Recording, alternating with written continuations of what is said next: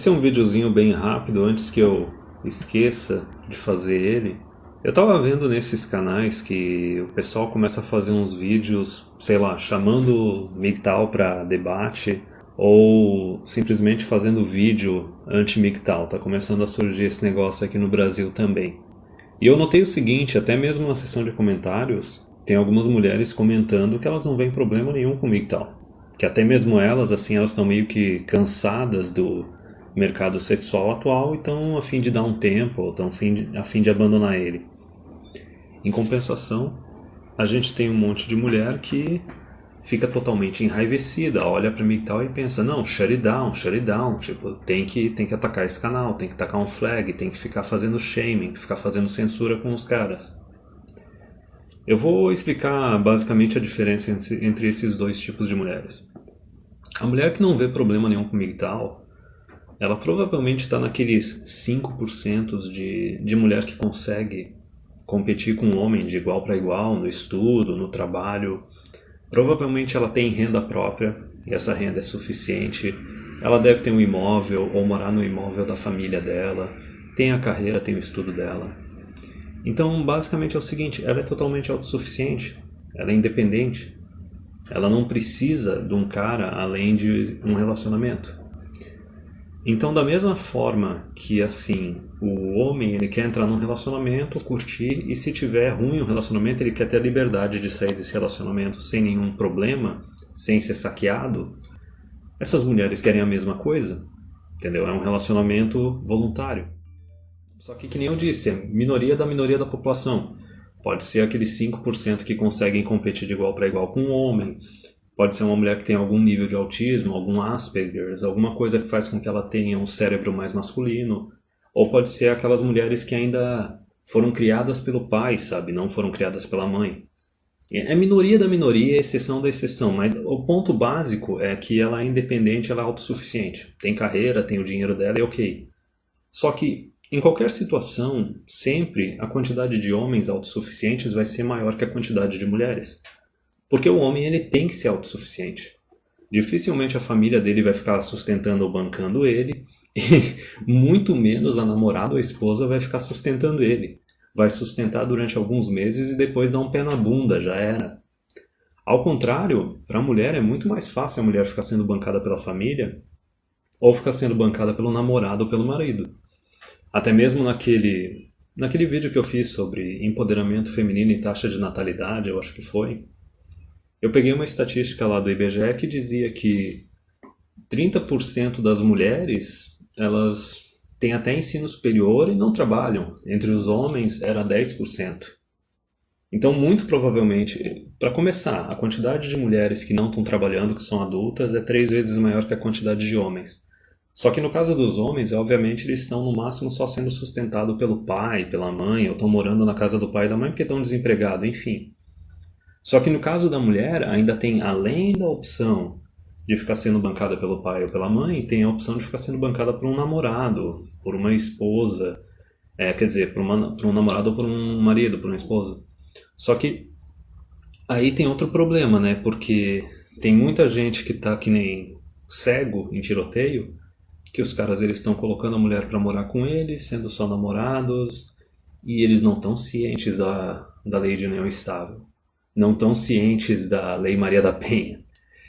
E as mulheres também não estão. Então tem muito cara que tá que nem cego no tiroteio e tá conseguindo se escapar. Não se sabe até quando que isso vai continuar, entendeu? Quanto mais e mais mulheres souberem a respeito dessas leis, desses direitos, entre aspas, né, que são privilégios na verdade, mais e mais esses homens estão ferrados. Mas enfim. Encerrei agora sobre as mulheres que não veem problema com MGTOW e tal, porque são autossuficientes, e a diferença entre o homem autossuficiente e a mulher autossuficiente. Agora, o que é o caso das mulheres assim que quando veem MGTOW, escutam alguma coisa Red Pill, elas ficam enraivecidas? É muito simples, cara. O fato delas ficarem enraivecidas prova que elas veem os homens como um plano B. Elas veem os homens como um plano B, elas veem os homens como um caixa eletrônico. Por quê? Elas podem até pagar de mulher moderna, feminista, declarada ou não declarada, e ter estudo, ter carreira, ter o trabalho dela, o salário dela e tudo bem. Só que elas querem ter a garantia que, se os estudos dela não derem certo, se o trabalho dela, a carreira dela não der certo, elas querem ter o plano B. Elas querem poder arranjar um namorado, um marido que vai ser o provedorzão, e daí elas vão colar nesse cara, e o cara vai ou sustentar ela totalmente, ou subsidiar a maior parte das despesas dela. Então ela quer ter um beta provedor, um homem que basicamente vai ser um plano B para ela, um caixa eletrônico para ela. É isso. Basicamente, o homem ele não pode ser livre, ele não pode fugir da senzala, fugir da plantação. Se ele chegar e falar assim, não, eu quero ser independente e eu estou comprometido em não colar em mulher com um casamento união estável, não ficar subsidiando mulher e não ficar sustentando mulher. É isso, elas consideram isso uma afronta. E lembrem-se da situação que a gente está vivendo no Zeitgeist de 2018. Qualquer coisa que tu tente tirar das mulheres, até mesmo a tua provisão, que era para ser algo totalmente voluntário, isso é considerado misoginia? É, meu Deus do céu, quem foi que te machucou? Por que você odeia as mulheres? Certo? Então elas querem ter esse plano B. Ou pior, tem um outro fenômeno que é o seguinte, que é o que começou a acontecer desde a década de 60 e 70, que é o que reforçou pra caramba a Lei 80-20. De 80% das mulheres perseguindo só os 20 homens do topo. Porque quando eu fiz, novamente, aquele vídeo lá do empoderamento feminino e taxa de natalidade. Quando eu fiz aquele vídeo, eu vi também que no Brasil, desde a década de 80, as mulheres elas são maioria no ensino superior. Eu acho que ele pega só universidades federais e estaduais. Provavelmente eles não têm estatísticas de universidades privadas, porque daí ia dar bem mais número, né? Mas enfim, aí tu vai pegar mais mulheres ainda, porque a universidade estadual ou federal é gratuito. Aí mesmo que vai ter mais mulher, ainda mais com a quantidade de cursos de ciências sociais e humanas. Mas enfim, quer dizer que desde a década de 80 as mulheres são maioria no ensino superior. Vamos tirar um band-aid agora. Qualquer mulher que tem ensino superior, não importa se ela tira só 1.500 por mês. Se ela conhecer um homem que tira uns 2.000 ou 3.000 por mês, e ela for colarinho branco, tem ensino superior, o cara é colarinho azul, não tem ensino superior. Trabalha numa fábrica, trabalha de entregador, alguma outra coisa, assim, mecânico, sei lá, pode ser qualquer coisa. Mas ele não tem ensino superior. É muito provável da mulher se recusar a se relacionar sério com esse homem, se relacionar com ele de longo prazo, pelo fato dele estar abaixo dela, em status social, porque ele não tem ensino superior, ela tem ensino superior, então agora todo homem tem que estar acima dela. Se ela é bacharel, o cara tem que ser mestrando. Se ela é mestranda, o cara tem que ser doutorando, entendeu? Então, não importa, o que deveria valer mais é a parte da remuneração, mas não, ela vai começar a cortar o cara. Então imagina, isso está acontecendo desde as décadas de 60, 70, 80 também com o agravante da maioria das mulheres, as mulheres sendo maioria nas instituições de ensino superior. Mas enfim, então o que essas mulheres fazem? Elas usam a carreira e o trabalho delas como uma gangorra, como uma alavanca para não, agora que eu subi, agora que eu fui empoderada, agora o homem tem que estar mais acima ainda. Se resumindo, simplesmente a exigência da mulher aumentou mais ainda. E isso é mais agravante que aquele primeiro caso, da mulher que simplesmente quer ter um porto seguro, né? Quer ter o homem como um plano B. Na verdade, o que acontece aí é o seguinte, ela aumenta mais ainda a exigência do que um homem tem que ter para poder casar, para poder construir família, poder ter filhos, poder ter um relacionamento sério e de longo prazo com uma mulher. Porque o grau de exigência dela aumenta absurdamente, porque se agora ela tem ensino superior, se agora ela tem uma carreira, tem que ser um cara que tenha o mesmo nível superior ou um nível acima e tem que ter uma carreira de melhor que a dela, de mais status, de mais remuneração. E não importa se tu começar a jogar estatística para elas, dizendo que, olha, vocês já são maioria na universidade, vocês já são maioria no funcionalismo público, se tu ficar mirando só nesses caras do topo, vai ser muito difícil de tu encontrar um cara que vá se comprometer contigo.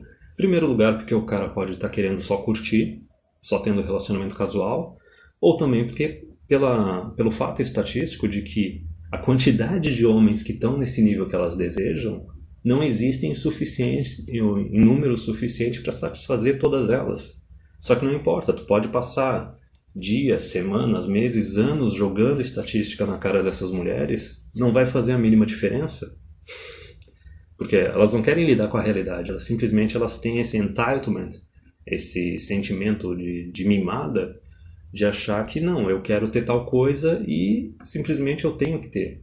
A sociedade tem que prover isso para mim. Se ela não prover isso para mim, simplesmente a sociedade está errada, entendeu? Aí eu vou berrar, e é o caso de MGTOW, porque, por exemplo, MGTOW não só fala que, no primeiro caso, que as mulheres que querem usar o homem como um plano B, como um provedorzão caso o estudo e a carreira dela dê errado, MGTOW fala que, ó, não é para tu ter união estável, não é para tu casar, porque senão o governo vai querer te obrigar a ficar sustentando essa mulher indefinidamente.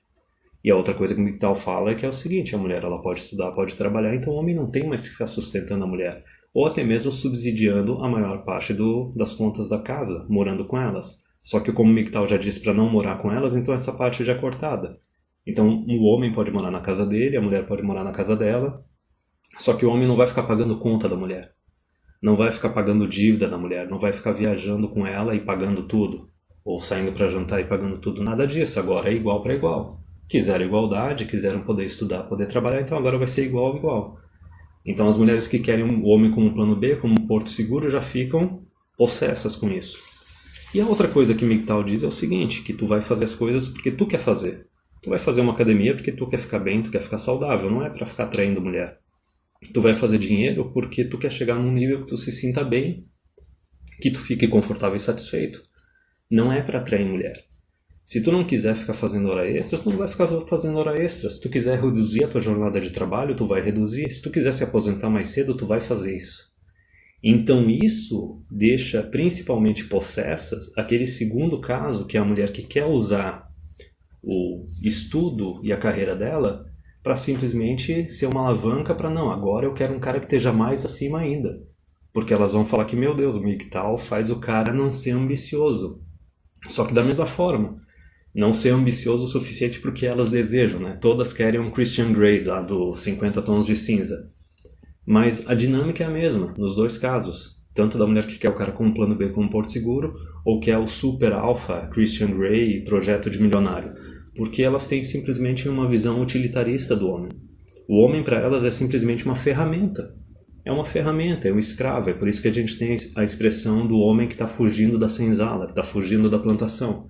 Porque na cabeça das mulheres, dessas mulheres aí em questão que não são autossuficientes, o homem ele tem que simplesmente ser um escravo. Ele tem que ser uma ferramenta para elas. Se o homem não está vivendo em função do casamento, da paternidade, de ficar provendo para uma mulher, está errado. Então isso, sinceramente, essa desumanização dos homens que essas mulheres fazem, essas mulheres que ficam insistindo naquele estilinho de vida década de 50 e pré-década de 50, no qual a mulher ela sempre pode ter a opção de não, quero ser uma dona de casa, ou não, quero simplesmente trabalhar bem menos que o meu marido e ter ele provendo para mim. As mulheres que estão se mantendo nesse negócio, sendo que não existe mais tradicionalismo, entendeu? Não existe mais punição para adultério, a mulher ela não pode ser criticada pela quantidade de parceiros sexuais dela, ou até mesmo pelo fato dela ser uma mãe solteira, nada disso. Então, basicamente, elas querem manter aquela parte do tradicionalismo que é benéfico para elas, só que elas não querem cumprir toda a parte do tradicionalismo, especificamente aquela parte do tradicionalismo que é benéfico para o homem, que agrada o homem. Só que elas querem se manter como as dondocas. Mas enfim, por que esse comentário das mulheres que criticam o MGTOW, que ficam possessas com o MGTOW, é algo muito mais ofensivo do que qualquer coisa que o MGTOW fala?